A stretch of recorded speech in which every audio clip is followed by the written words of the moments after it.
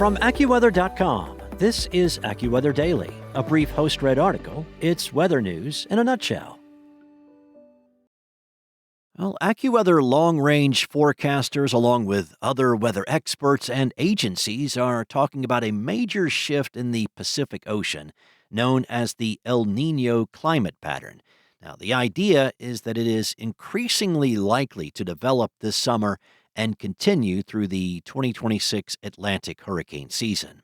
NOAA's Climate Prediction Center says La Niña conditions, when waters in the central and eastern Pacific near the equator are cooler than historical averages, remain in place for now, but they are not expected to last much longer. El Niño is part of a natural climate cycle that occurs every few years. It develops when ocean water in the tropical eastern Pacific near the equator is at least a half degree Celsius above long-term averages for at least 3 consecutive months. This year's El Niño could intensify into what forecasters call a super El Niño, defined as ocean temperatures reaching 2 degrees Celsius or greater above average in the INSO region. On Thursday, the CPC issued an El Niño watch, with forecasters estimating a 50 to 60% chance of a transition to El Niño in late summer and beyond.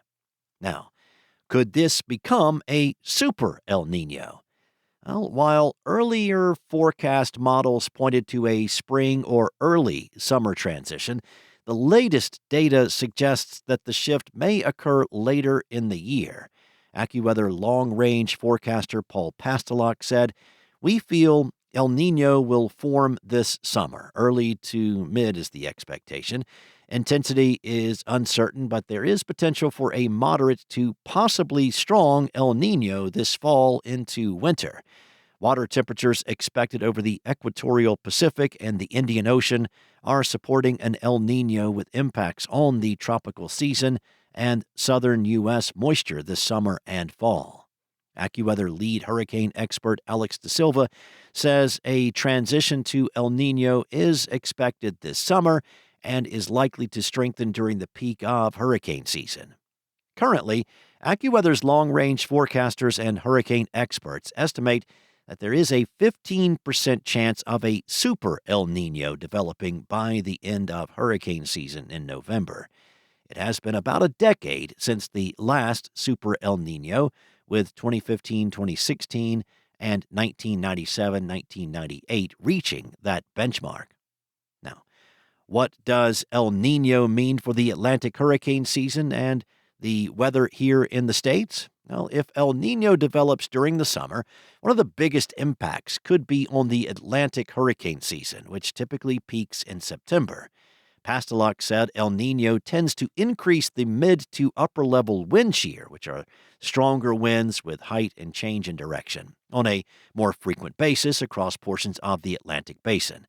This can lead to less storm development, which is a roadblock to a hyperactive hurricane season this year. Higher wind shear makes it more difficult for tropical systems to organize and strengthen. As a result, El Niño years often feature fewer tropical storms and hurricanes compared to La Niña seasons.